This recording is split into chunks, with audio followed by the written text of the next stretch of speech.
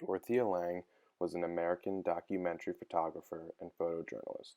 She is best known for her Depression-era work for the Farm Security Administration, or the FSA.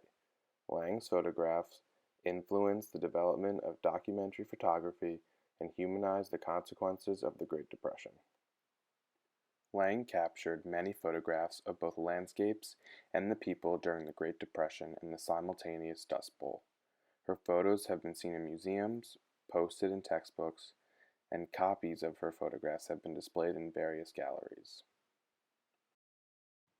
This photo, The Road West, was taken in southern New Mexico while Lange was employed by the Farm Security Administration, and it was later published in An American Exodus in 1939 by Lange and her husband Paul Taylor.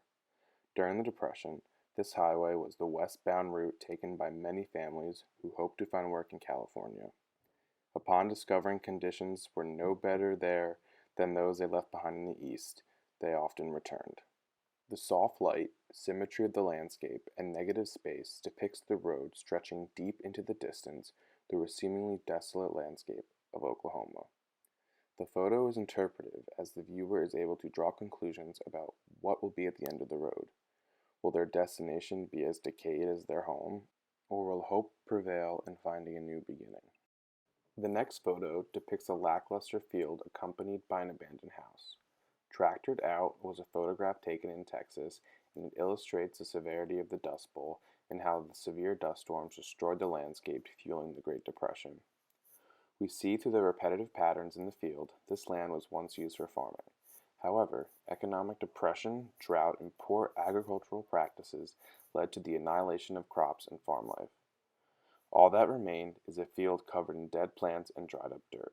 Additionally, Lange uses the rule of thirds to help create a well-balanced, natural, and interesting photograph. The viewer is drawn to the composition and not just the abandoned house. More so, the viewer is able to grasp how extensive the Dust Bowl was and how much further it increased the negative effects of the Great Depression. This photo is both explanatory and ethically evaluative. It details the severity of the concurring events of the Great Depression and the Dust Bowl and how people were displaced from their homes because of it. Even today, we exploit our natural resources, and if these issues are not dealt with, a situation like the Dust Bowl and Great Depression will happen again. Dorothea Lange also photographed many of the affected people during the Great Depression. This photograph, The Damaged Child, depicts a young child in the midst of the Great Depression. The negative space communicates the composition of the photograph. It allows the subject, i.e. the child, to stand out, especially the dirt markings on her body and her ragged clothing. The top light emphasizes the shadows and creates an ominous mood. This ethically evaluative photograph shows the effects of poverty by how the child is dressed in her rags and covered in dirt. The final photograph is Dorothea Lange's most famous work.